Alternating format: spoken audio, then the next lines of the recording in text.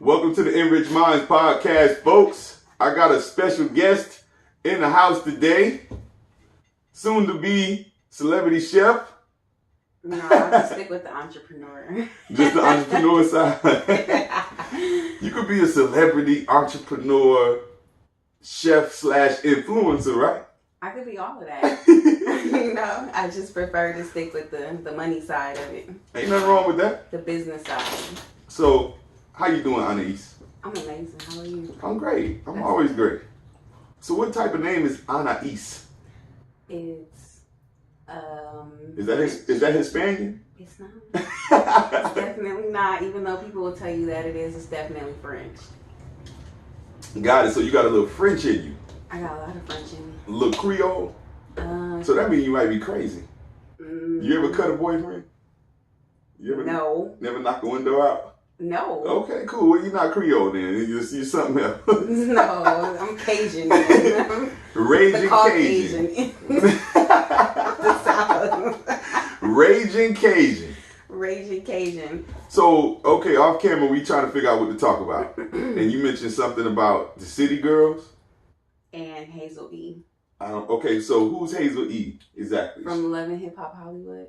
Okay, and what does she do? She's a singer, a rapper? I don't know these folks. I mean, I don't really know her or City Girls. I just know that they're a hot topic in social media right now, and everybody's kind of like taking sides because I'm trying to figure out why Stevie J jumped into it. I think Jocelyn was defending Hazel E, and then Stevie J jumped in and made a comment.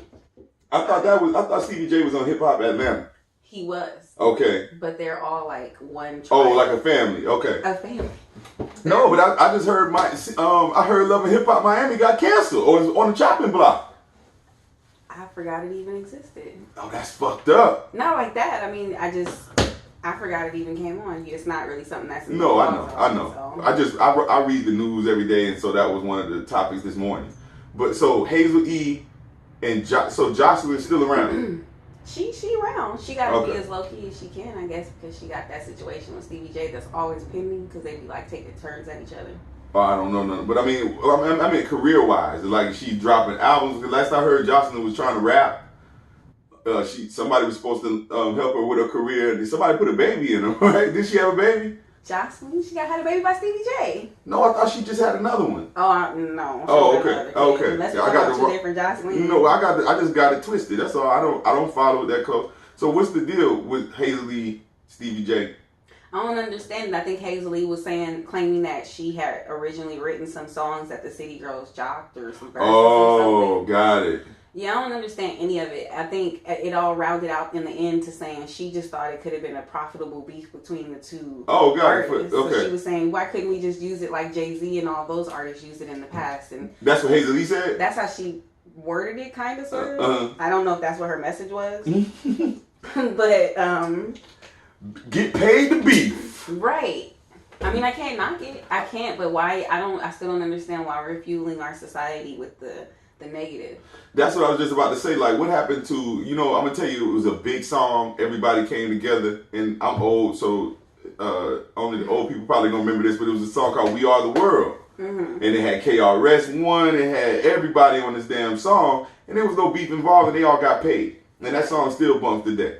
But I agree. I'm against negativity. I don't like putting other people down, no matter what race they are. Just the profit. For any reason, but definitely just the profit. But I just don't. I think we already have enough negativity that's from other circumstances, like different races, different religions. Like all these mass killings. You heard about that stuff, right? Like for sure, people getting killed up in their place of prayer, stuff like that. So it's just like, yeah, exactly. And it's like, damn, we making music. Why we just can't have fun? I thought the shit was supposed to be fun. Nobody should be getting killed behind a song or at a concert. But I think the rap music took everything way left. That's kind of like why I got out of that business. I used to be in that business some years back, and it was just like, damn, if you were a street person, mm-hmm. and you want to change your life, right. And you want to deal with the music, you're still in the street. You still got to pack heat. You still got to roll with the thugs. It's just like you still going to prison. Just like I did an episode saying, damn, you know, think about, you make all this money, like you change your life. Mm-hmm. You focus on positive things in your life, and you make it out of the hood by rapping or by sports, and you still go to prison. Right.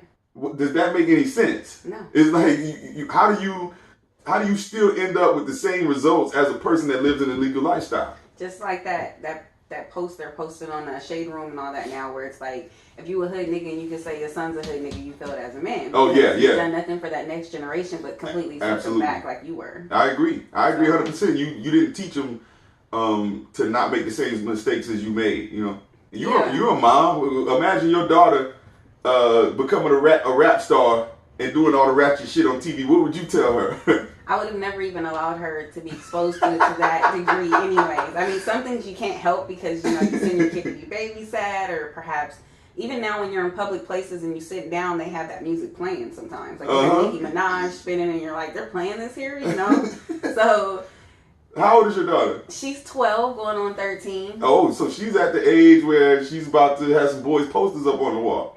So does she have an Instagram? Is she on social media? She did have one for her music, and it got taken away swiftly. Why? For what? Swiftly.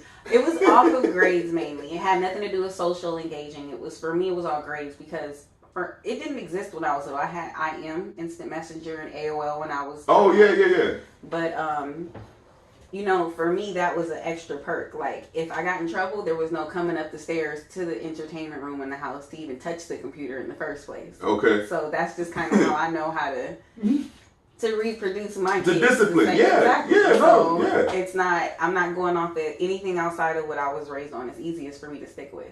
It makes sense. I agree with it. Like, a friend of mine, we always talk about this type of stuff, and we were saying that, you know, we're definitely going to spank our kids, you know, because he and I, we don't have kids, but it's like, how could we get around that? You know, I definitely believe in talking to your child too, but if need be, you might have to step it up a notch sometimes, because I was one of those kids that was, I was bad, and my mom and my stepdad disciplined me, and it's still, you know, I just wanted to do what I wanted to do, and that was, I needed the discipline that they gave me. You know, I can never say my mom went too far, because after a while, she just stopped hitting me altogether, because she kind of, you know, was like, damn, it's ineffective, you know, and she, you know, I was harder, and my body was harder, she would hurt her fists and stuff, but I couldn't imagine not discipline my kid. Like, we see it all the time, right? You know, in this day and age, you see people who, like, what am I going to do? I was watching this video, this little boy was in CVS, and he's just destroying stuff. Like, he was having a tantrum, and he was raking stuff off of the shelves. And the manager said, "Look, y'all, you gotta go." And the lady was like, "Well, what do you think I should do? What should I do?" And he's like, "You need to control your kid." She was like, "If I touch him, I'm going to jail and blah blah blah." But I'm just imagining this boy's going to prison as soon as he's old, as soon as he's eligible. Before he even gets there. Yeah, as soon as he's knocking stuff down, like after a certain size through age. Once he looks the age, he's getting the crime for it. You know? That's right. Yeah. And then even with disciplining your kids, for me, I feel like if you start very young, all it takes is a pat on the hand, just like a puppy. If you pat that puppy on the head and tell him no, he don't like that feeling. So initially he'll start to get it. And it's the same with kids. Yeah. So those people that get that concept of like, I don't want to beat my kid and go to jail. Well, if you start early enough and just give the simplest of pat on the hand or a no to the face, they get it. Yeah. But you have to start young. Some people think as a baby it's okay to let them explore the world, and it's like, that's how they get into trouble when they're exploring the world without any caution signs or warning labels. You know what I mean? True, yeah. So you cannot, that's like letting somebody walk into a dark room. No, that's right. With no light. That's you're going to trip until over them figure it out. Yeah, like you're going to trip, you're going to fall, you might walk into some things, you may really hurt yourself, but I don't think it's worth it. You have to give people like obstacles. You have to give them signs, and you have to lead them the right way. You cannot let people just figure things out. No, I agree. Leadership and guidance is very important. So your daughter's 12. Right. Is she allowed to wear makeup? I mean, she's not allowed. She has makeup. Okay. I just think that she's so wrapped up in her naturalness, meaning her hair and her own, what she already has to offer, that she hasn't made it to that point yet, thank God. But I definitely, at her age, was all into my mom's makeup. Lip liner, lipstick. I didn't wear it to school. Wasn't for me. But you didn't wear it to school? No, definitely didn't. So you just like played dress up at home?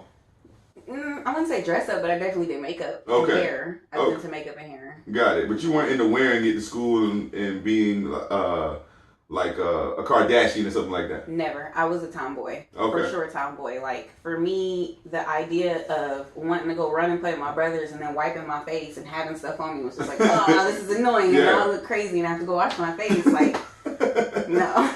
That was not me. So did you go to prom and all that stuff? I did. And honestly, it's funny. I was just talking about this with my mom and my daughter, how my niece just went to prom, and I was explaining some things I noticed in comparison that I went through. Okay. But I could have cared less, and some of my friends were kind of like, "You can't not go to prom. Like, come on, we gotta do this together."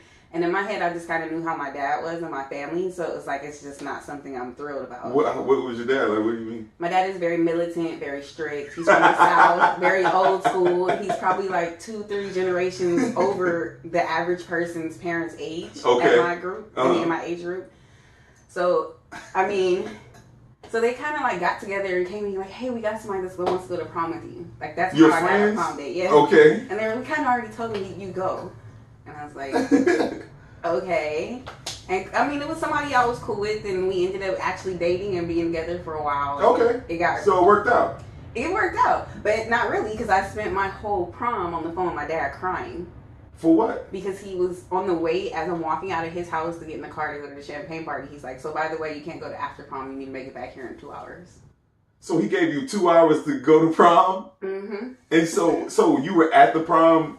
So did you call your dad from prom, or did he call you? I think I started off texting him, and he started ignoring my text, so I think I called the house. What were you texting him for? So wait, you're at prom with your friends, and with this guy you think is kind of cool, and you walk off to go text your dad? Yep. What did you want him to know? Because in my mind, I was still thinking if we can come to some sort of compromise, then I won't have to disobey him, because I'm going to do what I've seen. I'm one of 12 kids. So at this point, I've seen so many of my brothers. You're one of 12 kids? Yeah. Okay. 8 boys, 4 girls. I've seen so many of my brothers go to prom, and some of them even through trials and tribulations, meaning like I've had a brother who had horrible grades, was getting all kind of gang-related trouble right before prom, and still happily was given a car to disappear for the weekend. Okay. So then when it came my turn, one teacher was giving me like a low C to a D, and he was just like, nah, that's it. You can't do the rest of the weekend. So there was a bias at the house? Completely. How did that make you feel? I didn't have a chance to feel about it, because he was such a strict dad growing up that when my mom finally stood up for herself and decided to walk away, it kind of tore the house into pieces. Okay. So that was so much drama that anything anybody else was going through in growing up had to take a back seat. Okay. Like, that divorce turned into like, we're honestly lucky nobody physically got hurt throughout that divorce. Let's just put it that way. Really? It was turbulent in the house? Yeah. Okay, so you text your dad that, hey, can I get an extra hour and a half? Or what? So it was like, can I at least just go to the after prom and, get and say hi to everybody and then leave? And he's just like, no. Okay. No. I already told you what it is. No. That's kind of just how his stance was. So then when did the crying start? Geez. I want to say it didn't start until after prom. And it was because... On the way home? No. Oh, so you weren't going home. So you just said, okay, I'm going to buck the rules. I don't remember even the ride home, because we went back to where my friend's house was, because she had the champagne party. I think it was like 4 or 5 of us. We did a champagne party together. Okay. And it was all at our friend's house. So we left from there and went to prom, and we ended up back at her house to get ready for after prom together. And then we all rode to after prom together. Okay. When we got back to her house, my brothers pulled up in my dad's truck like, yeah, Daddy sent us to get you. Let's go. Oh, to your friend's house. Oh, yeah. Wow. And I just kind of looked at them like, for real, y'all. How many of your brothers? I think it was 2 of them. Okay. It may have been 3. Like, somebody could have been still in the truck, but for sure 2 of them got out and came to the door. Okay. And then my friend's mom was like, so what are you going to do? You want to leave? And I was just like, just tell them I already left and went to after prom. That's what you told your brothers. Mm-hmm. So they were down with that. They were going to protect you? No, they didn't know I was in the house. I told my friend's mom to tell them that I had already left and went to the house. Got it. And so they left, and whatever they told my dad, they told him, and somewhere towards the very end of the weekend, I had to beg him to come pick me up. But by the time I got home, he had thrown away half of the stuff I left in my room. Oh, what? Cheerleading uniform was gone. Letterman jacket was gone. Posters I had up. I was one of those teens who postered my wall. So one wall was filled with like Shrine of Aaliyah stuff. Another wall full of Derek Fisher. You know, like all of that was gone. All of it was you gone. had a crush on Derek Fisher? I did. You might be you might be one of the rare. I've never heard any female say, "Oh my God, Derek Fisher," ever. He had a moment in his career. He was shining. I get it. Okay. He was balling, and then he was kind of like the most normal out of all of them. Because all the rest of them was cocky. I hated Kobe. Okay. Nobody crushed on Shaq. Like, come on. Oh, that's fucked up. Big Shaq couldn't get no love. No hoops over here. No. So he gutted your room. And then what happened? It was really just kind of eerie. And then he waited till the morning after graduation and was like, "So get what you can and get out." Really? And I did so that night it broke you guys' relationship, or was it already broken prior to that? I feel like I couldn't answer that for you because my dad has never been the type of person to give you so much of a relationship that you can delegate how you correct your mistakes with him. It's not, you can never just say, "He's mad at me because I did this one thing." He's not like that. He's not communicative. Not at all. Okay. Like, I can honestly say I know that much about my dad growing up. Really? Yeah. Yeah, I think a lot of people are like that. People just aren't that vocal and don't express themselves. Or, I had a conversation with my sister last night, and she was saying, I was talking about trying to understand people. Right. And she was like, "I get it." But then she was like telling me that I guess I don't understand when she don't want to talk about something.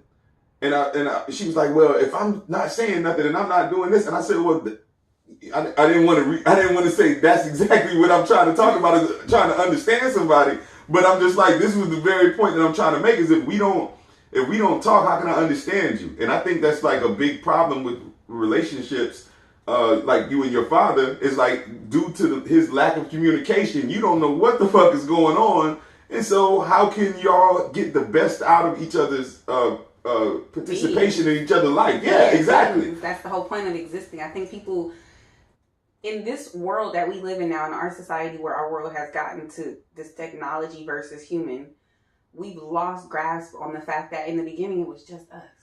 It was just us. So while you're so busy trying to make it to that 9 to 5 to make somebody else money, and you're discarding everything else at home because that matters most, what happens if the whole world has to shut down one day? Yeah. It's a possibility it can happen. We all talk like all these things are impossible. Human nature Mother Nature has control. Well, yeah, that's what I was going to say. It doesn't have to be the whole world, but like situations like Hurricane Katrina, and these cities get flooded out. I'm from Florida, so we have a lot of hurricanes. Right. And the power goes out first, so it goes primitive. Like, there's no lights anywhere, so the entire city is dark. There's no gas.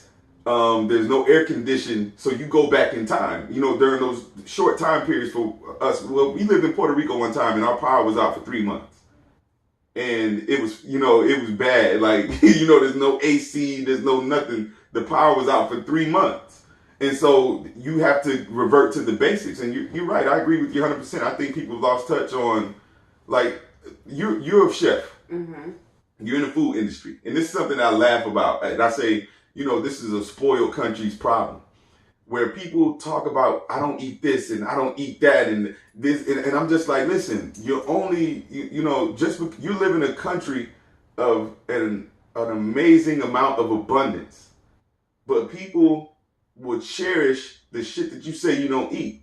People, there's all countless videos of Africans, chopping the leg off of a lion kill.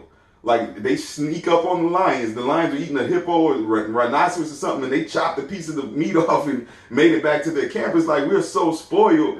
We don't appreciate what we have anymore. There's no appreciation in America like that. Yeah. And I think it's the same thing with modern technologies, where it's wiped us. It's wiping out our camaraderie. Like, we feel like we don't need to be talking to people no more. Like, people like to text a lot. And it's especially like in the dating process. And I'm like, well, damn, what if I stutter? What if I have a speech impediment? That's critical to a relationship, because it might be a turnoff. If a chick comes to me, she's stuttering, I might not date her. Even if the voice is just, I mean, it's so many things. Because even what you just said, with technology giving us that advancement to FaceTime, when you FaceTime somebody, they're like, why are you FaceTime me? Because I want to fucking talk to you. Like, why? I don't understand why it's offensive. I do get the, make sure I'm not busy if I'm aware that you're a busy person, or if I know you got a family and you could be doing family things. I do get that sometimes, but so many people are just so like, why do you keep FaceTiming me? Like my little sister, my little sister used to say to me all the time, and it's like, well, how else am I going to see my nephew who lives 3,000 miles away being bad? Yeah. Like, you got to FaceTime sometimes now, and that we're so lucky to have that, and some people still would rather text. So are a lot of your friends like that? Are they like, do they disappear? Like they just want to text or something? They're not really that social? Well, whenever my close friends, once my friends make it into that circle of somebody I talk to on a regular basis, they have to buckle to the FaceTime thingy, because I'm a FaceTime. So you FaceTime your friends too? I'm FaceTiming. I don't even care if you sit on the desk and you talk to me. Just answer the FaceTime. Take that. Because if I want to say, look at this real fast, I can do that. Okay. So FaceTime is important. It's a little more personable. Oh, it makes sense. So, I mean, we have Skype. Now that we have Skype in our pockets, nobody wants to use Skype anymore. Skype is dead. I forgot it exists. I disabled it on my laptop. I'm like, Skype is dead. Skype is dead. I mean, like, I got lucky because Skype came around right around the time that I got married, and my ex-husband was stationed overseas in Kuwait and all the places at the time. Yeah. Right. So that was such a blessing for me. So I got to learn right away as soon as it was given to us how appreciative you should be of something like that, a video chat. So do you think your relationship with your dad made you like more needy? No, it made me it made it really easy for me to discard people. Okay. Because I always tell people, the two relationships that matter most to every human being is their parents, two people that brought them into this world. Okay. You learn your health background, you learn your cultural background, you learn where you have more security. Like, so say something happens in LA, like we had family in Louisiana. Okay. They went through Katrina, a lot of them spread over the country once that happened. Some of them were able to find family and go land somewhere else because they had family to give them those resources to move on with life. Okay. So if you don't know your parents and you don't know your cultural background, sometimes that chops off all of that and you kind of feel alone in the world if something happens. Makes sense. So,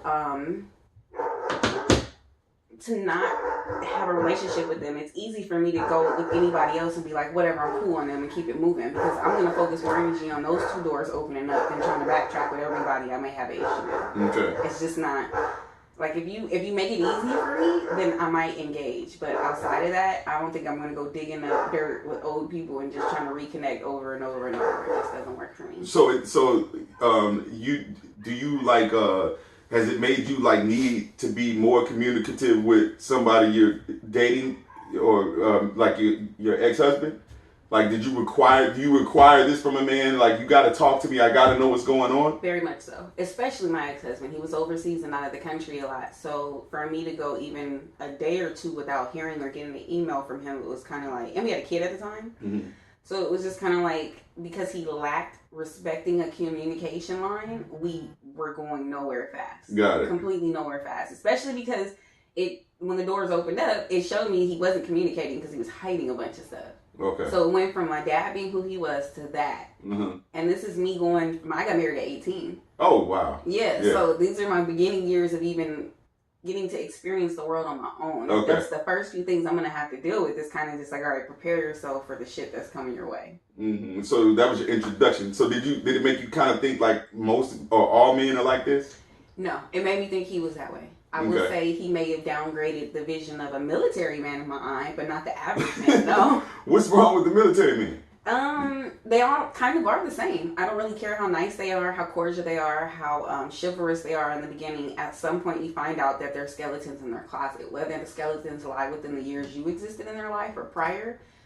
For somebody to go through something and just not tell you is still bad. But isn't that everybody?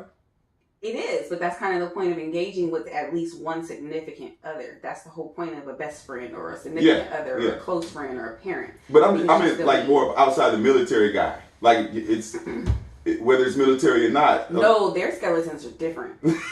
You mean somebody that's seen active duty? Yeah. Okay, their skeletons are different because they have access to other countries at all times. A lot of times, some of them are signed up for jobs where they're here for 3 months and there for 3 months or 6 months or a year, and they're just constantly going and going. Even 2 to 3 years to keep moving around every 2 to 3 years. You can have a whole family and then picked up and moved to another country and then did it again and then picked up, because some countries you can marry. Other people, you know. Yeah, so, my most of my family was in the military. Like my real father, my stepfather, my brother, my uncles, you know, my cousins, like everybody went to the military except for me and my sister.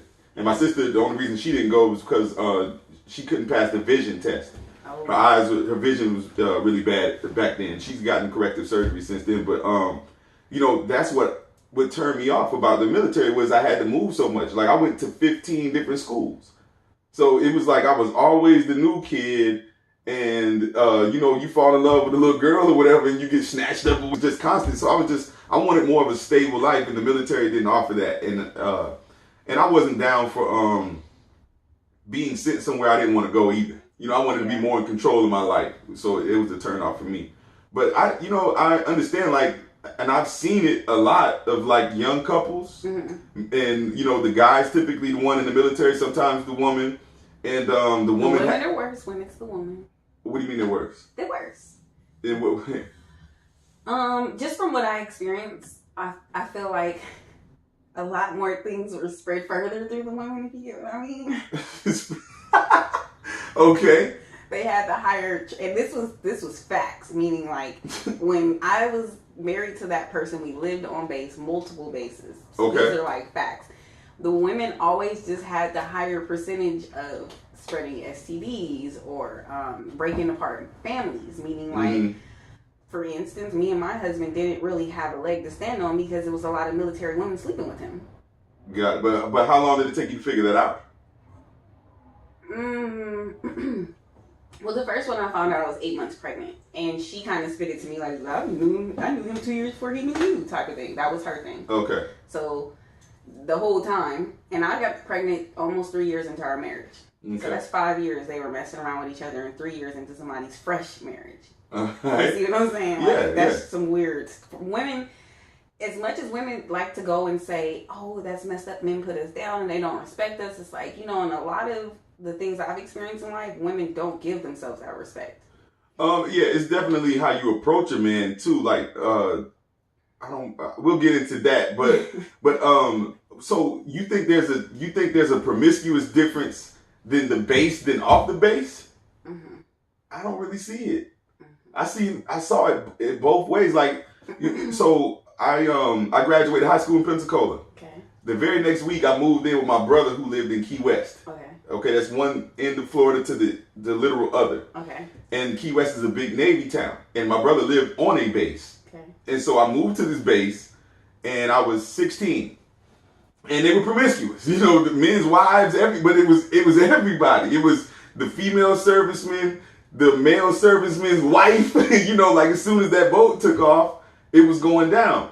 And you know, I just think it was an age thing. I think it was more of like, we're all young, we're all trying to see this world, and we're all, you know, if you're attracting somebody, shit, I'd hit it. And, you know, I think it was, you know, at that age range, it was predominantly that, as opposed to someone in their 30s that knows better now. Like you've already, because I mean, like you said, you got to bump, life is sometimes for us is like walking into the dark. Yes. And especially for me I didn't have my parents to guide me, you know, and so I was, you know, feeling my way around in the dark. And you do a lot of dumb shit that hopefully 10 years later you won't repeat, you know? Yeah. But I do know it was very promiscuous on the base, and it was a plus for me. I was single though. But, you know, for the married couples I felt sorry for, you know, even my friend at the time, like my goddaughter's father, you know, he'd be one that run behind me. I'm like, dude, his wife was in the military. My goddaughter's mom, she just retired from the Army. Mm-hmm. And, you know, back then, it was just, we were kids and shit was wild. And I was like, look, I used to tell him, I said, look, I want what you got. You got a wife and a daughter. I said, man, go home, stay home. Because I was mature for my age. I started very early. And so I'd be like, man, go home. He like, man, hell no, I'm going home with you. Because he knew, you know, I was going to go get into something. Yeah. But I just think, I don't agree with people getting married that young. I mean, hey, look, to each your own. Whatever choices you make in life, you will learn when you're supposed to learn. You know, you cannot judge people for their mistakes, and you shouldn't. For sure. You shouldn't even really try to guide people that much. You should give them the more options. Like if somebody comes to you with a bad idea, then try to broaden their horizons with some more better options. But don't try to tell them that your choice is better, because what if they take your choice and they screw themselves even more? Then you feel that burden a little bit. At least you should if you have more. It's your fault. Yeah. But I don't know. I think the military people, they're not bad people. They truly are a cult, though. But they're more susceptible to promiscuity because they're constantly on the move, and you know they don't even have time to sweat family, other than being reprimanded for screwing over their family if that general or whoever in commander is in control on that base is the right kind of soul. Because the commander I dealt with, dead ass, sat there in my face and lied to me and tried to cover up my ex-husband's infidelity. Yeah. He tried to sit there and kind of make it seem as if it was my fault for moving to Montana with him, you know. But you guys were in Montana? Oh my God. Great Falls, Montana. What was that like? Amazing. Really? It was beautiful? Definitely beautiful. I think if I could pack up my favorite people and, you know, my clientele and move to Montana, I would do it in a heartbeat, because the landscaping is amazing. There is racism out there, but the people out there are amazing, because a lot of them, they were on the border of Canada, so a lot of them are Canadian. Oh, yeah. Even the people that don't live out there, they bust in a lot of Canadians to go, like, to the Glacier Park and stuff like that. Okay. It's. I feel like you have to experience a place like Montana at least once in your life. Really? At least once. I'm gonna be honest. That's one of those states I forget that exists. and you know, I was telling a buddy of mine, because we started traveling internationally last year, and I'm just like, I said, dog, you know, let's go. Here's what I want to do. Because remember yesterday the other day I was talking about going to Yellowstone. Yeah. So what I want to do is I want to fly up to Yellowstone. Once we get up there, rent a truck, right? RV. I mean, drive over to Mount Rushmore.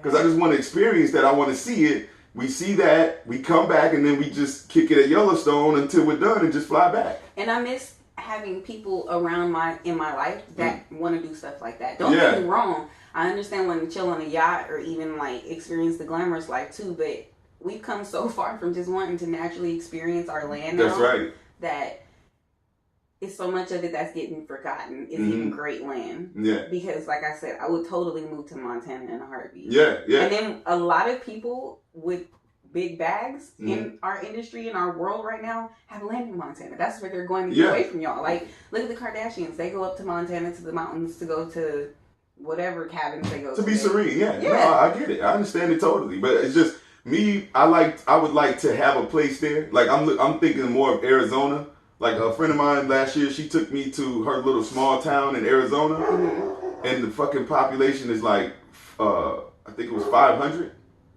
And like, I can see the galaxy. Like, I'll show you the pictures. I took pictures. I actually was able to get pictures of the fucking clusters of stars, and you can even see the gas. Showers. Now, I didn't get that, but I mean, when you look up, it's fucking crazy. And so I started thinking, I was like, damn, well, for my purposes, I want to have a farm in Arizona and, you know, raise my own food, and it's not that far. I can, you know, deliver it to myself, you know, and it can pay for itself. Yeah. But I haven't been up there to the northwestern part of America. I haven't even seen Seattle. I haven't been anywhere, and I'm already going to Australia next. You know, so it's like, damn, I just want to appreciate where I'm at more, because I want to stop and smell the roses, because sometimes this city life, you live in this fast life, and I'm just, you know, all that glamorous shit is just like, it's cool, but I'm just not a big party dude like that. If we're not riding jet skis or doing some fun shit, you know, pool partying, you know, shit like that, I don't want to stand around and hold a drink. Nah. And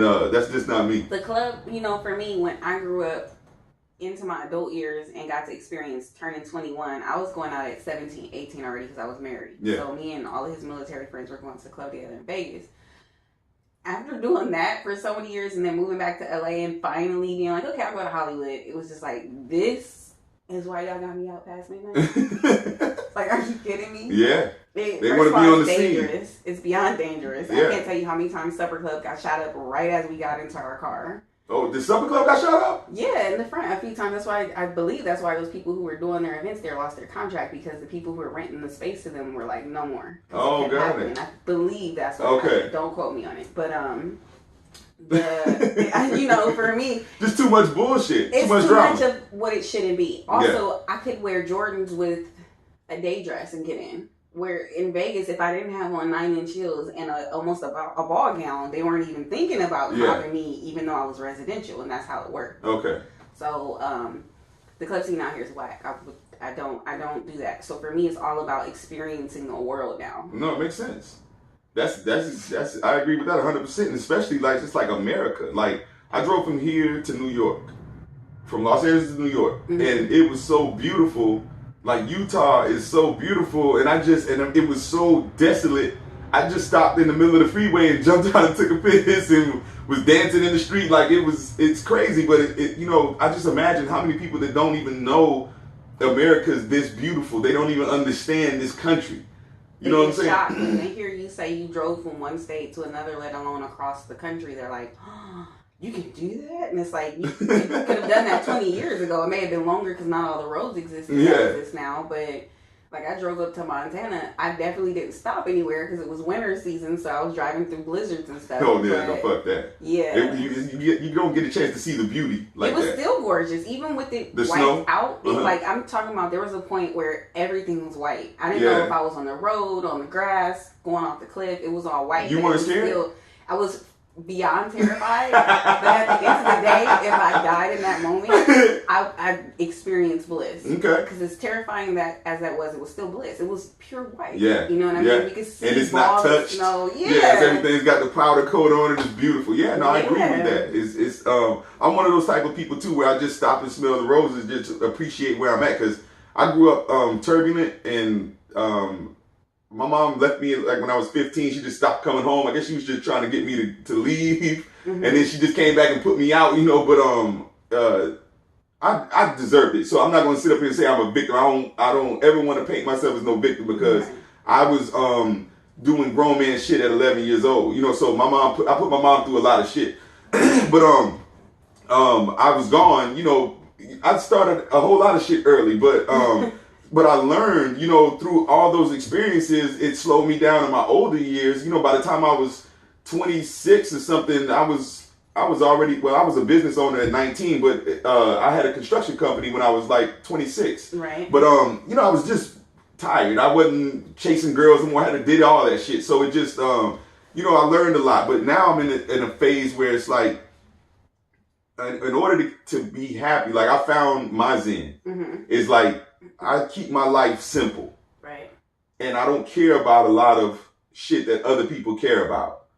Food, clothes, and shelter. I don't really care what type of food it is. It doesn't have to be this or my life is done. The only thing I care about is stockpiling money for my retirement. What I care about is not having to work no more. Right. I can work when I please instead of having to get up and go to work. And I think a lot of people are just so caught up in trying to be accepted and trying to keep up with everybody else that's why this society this generation is so depressed, because everybody's just like, I need this, I need it, but you really don't need it. No. Just like you said, you could have drove across the country 20 years ago. It's just you might have had to take some windy roads, but I mean it's possible. And I just think we put all this pressure on ourselves that causes the depression, and once you and the anxiety, and once you realize that the shit that you're focused on doesn't matter, is bam, that's when you kind of hit your zen. And that's when the light comes on. Yeah, and it's like, man, I'm happy. Life could be worse, because I was sleeping. Me and my mom both was homeless multiple times. When we're both sleeping in the car, and everybody who's depressed with their life was better than mine. Yeah. You know what I'm saying? I'm like, I used to look at people and be like, damn, I know y'all are going to a warm house, and I know she's going to go talk on the phone and go open the refrigerator at night, and me and my mom is stuck in this fucking 1978 280Z, and at this time I was in high school. Wow. So I got to wear the same clothes to school every day and get clowned on and shit, so it was and I never was depressed, and I'm not saying people should not be. Yeah. But I'm just saying, once you see what's important and you realize how fortunate you are, all that kind of shit goes away. But that, okay, so I was just telling a fellow chef friend of mine the other day, because he's kind of going through some troubles at home, and he's separating from his wife, or maybe not, whatever. And he kind of he went through this week where he was raining down on her as he would come in. And it was like, oh my gosh, this, she, that, and this and that. And I just kind of asked him, like, You know, when you get home from work, what is your typical routine before things went bad? Like, how did you entertain the idea of being somebody's husband when you got home from work? Then he couldn't really give me like an answer, and then I said, okay, well, you don't want to be with your wife anymore, right? So what is it that you're looking for in this new chapter that you're opening up in your life? What is it that you want? Well, what do you mean? Well, are you looking to date somebody? If you are, what kind of relationship are you open to? You know, blah, blah. I'm asking him all these questions, and he's just like, he is quiet. And I said, well, if you don't know, it's okay. Just say I don't know. He said, well, I don't know. I said, but see, this is what you're not realizing is everything you're complaining about, you created yourself because you didn't give yourself enough time to find out who you were and what you desire in life truly before you started to meddle in somebody else's life. Everybody in our world is so caught up on, like you said, fixating on things that are being like prompted to them. Like, this is where you should be, and this is what you should want, and this is what you should desire, and these are goals, and these are blah, blah, blah. So they get focused on those things and they start losing track of what, growing up, what you thought of you wanted. Because if you weren't rich and you grew up in a normal life, there's normal things you're going to desire as you grow up. Then you hit some point in life where you're exposed to the rest of the world and everybody else's riches, right? At some point, you lose that focus. And that person within who you were loses themselves. And instead of circling back around and trying to figure out who that person was, people just get stuck. What do you think causes that? I don't know. I think if we knew, we would be in a different world. I really think our world would be a lot different. Nobody cares to fix themselves. Everybody wants to focus on somebody else. Like, I hate to be around friends that constantly pour down on, oh, that person really doesn't have that. Well, that person really doesn't go there, and that person really doesn't live there, and that person isn't really making that kind of money. And it's like, you can ask that person, well, how do you know? 8 times out of 10, they're going to say, well, I'm just assuming because. Well, don't say it. Yeah. You're assuming. You don't know. It's also spreading negative stuff. Like, there's nothing positive that comes out of that. I think it was my last episode, or episode before last, I believe it was. It's I said why Prince Charming doesn't want your ass. Right? And, you know, I couldn't understand. And I specifically titled like that so, you know, people that might be curious might want to see if I'm being negative or not. But I was basically saying what you just said. You know, like, from a man's perspective, a woman is looking for this knight in shining armor, but they never think about what the knight in shining armor wants. And a lot of times they need to heal and they need to get over whatever problems that they have before they jump into somebody else's relationship. It was the exact same thing that I was talking about on that episode, and I'm glad you said it. Because some people, because, you know, I don't really have that many, it's hard for me to get people on this. So people are like, oh, you need a woman's perspective in this. I'm like, well, come on. But people are like, oh, I don't want to take for any relationship to work, not just romantic. Yeah. But it's like if I go into a conversation with you with a one-track mind, how can I ever find out that I was wrong? But a lot of people don't want to find that out. A lot of people don't want to change. They just want what they're doing to work, even though what they're doing doesn't make sense. And I was that person. Yep. I did it. I know. And so yep. In order for me also to find happiness, I had to be 100% honest with myself. And I was devastated. You know, once I saw who I really was, that shit was crushing. I was devastated, but I accepted I didn't try to soften it and say, oh, well, I'm not as bad as Anaise. I'm not as bad as this person. I am fucked up. Yeah. And I need to fix myself. Yep. And once I was able to accept that, I was able to heal properly instead of, you know, some people try to distract themselves. Yeah. And I think that's what things. They distract themselves with things. Like, people become unhappy. And then in finding out that they're unhappy, they think, well, if I buy myself a bunch of bags and buy a nice car and all these shoes and stuff, then I can appear to be happier and it'll fix things. And it doesn't fix things, because while you're doing that, you're still sitting around judging everybody else's life based off of what you're desiring for yourself. I'll go into a little more detail and give a little bit more about what I'm okay with.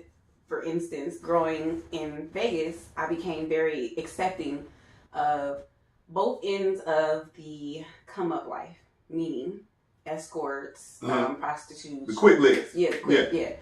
So on both the Cardi B shit. You heard about the Cardi B? I heard about Cardi Drugging men and stripping their pockets. But I mean, come on. Everybody in that life, that's common. Yeah. But you know what it is? It's people's way of getting off their ass and making it happen. I would rather somebody do that than somebody go lay up under the 5 freeway and collect my tax money. That's right. Yeah. to just keep doing it. To take a hit once a week or twice a week and be losing their fucking mind. I'd rather somebody go out there and hustle. I don't care how you're hustling. Now, stealing and thieving, that's not hustling. Yeah. You know what I mean? That's not hustling. That's doing something wrong to get by. I'm not okay with that. So, like, I have female friends I can sit around and I hear them put down other girls. And, oh, well, somebody's paying for that for her. Oh, somebody's doing this for her. Somebody's doing that for her. And it's like, but check this out. What you got? Yeah. What you got? That's right. You know, and not only that, I want you to know as an employee, you still ain't got shit. Just because you got a check coming in, that I'm not even going to say the white man that writes your check. Whoever is at the top of that business that signs your checks determines whether or not you're coming in tomorrow. Yeah. Or next week. Whether or not you're going to keep surviving. So you still don't have anything. That's right. If you own a business, then you got it. So as an employee working for an employer, whether you're independently contracted or employed, you really shouldn't think that you have a high pedestal to stand on above somebody who's hustling because they're getting it from somebody who's taking care of them. That's still an employment to them. But do you think that's what contributes to someone losing themselves? It can. Like that, you have to have so much self-control. I've seen so many of those escorts. I won't bash anybody. Well, no, I wasn't speaking about the escorting, but I was talking about people being comfortable with the job and thinking that they're better than somebody, and then that gets taken away, and they realize that they weren't as stable as they thought they were. Yes, or valued, even valued, because there's a lot of people who will be employee of the month after month after month after month, and they lose their job, and it's like, damn. Exactly, and they don't have the resources as say an escort, because once you got a kid, you know, I can understand. Even though I don't have them, it doesn't mean I don't understand the urgency that a parent has. Yes. Because this kid has to have things, and you're responsible for it, and that's just the way it is. Period. And so, a lot of women, out of desperation, will get involved in the escorting. Yes. And I know a lot of them, you know. So, but you know, sometimes, and my uncle and I was just talking about that today. It's like we talking about the dancers, and instead of stockpiling the money, they will blow a bag. And this is where, you know, I think what you were talking about earlier is the lack of guidance comes in. That is like somebody that doesn't have that guidance. Right. They're not saying, well, what happens if you don't, you know, if you start getting older and you start picking up some weight and the money ain't coming, they're not making it rain on you no more. Nope. You know. Because a hustle should be something that you're using short-lived to get you to the next thing. Now, that doesn't mean once that next thing is going, you can't hustle up something else on the side to create something else. But a hustle is not forever mode. You know what I mean? A hustle is that's where everybody's lost at. Yeah, you know what I mean? It's okay. I was once lost like that, where, you know, we weren't hustling. We were hustling for the money. We weren't hustling for the money to do something else. Right. You know what I'm saying? Right. That's the whole point of hustling. I need to hustle up something real quick so I can put something into this. But I think it's a lack of goal. So some people's goal is to just get money. Literally. Yeah. Literally. And so if somebody has a goal of, I want to start a trucking company. Right. And then they say, well, I can get the money for this trucking company by doing this. Right. That's the problem. Because you got a young person typically in poverty, and they just want money for some shoes and clothes. Yep. They want money so they can go and get a car they can't really afford, but they can get like the quick money for it real fast. And then in the long term, that car is like they're parking it in secret spots, so it's not getting towed or somebody else's name. Yeah, they live in a shadow life, and that shit is not designed for long term. Yeah, and you know what? To know so many people that have been going through stuff like that, at some point in my life, I had to realize, so what? Yeah, that's their story. That's what taught them. That's what got them somewhere in the future. That's just what their life is. I don't care enough to sit there and try to articulate somebody else's life detail for detail that at some point I'm really just tearing them down. Yeah, exactly. Especially when there's no constructive criticism for them to get better.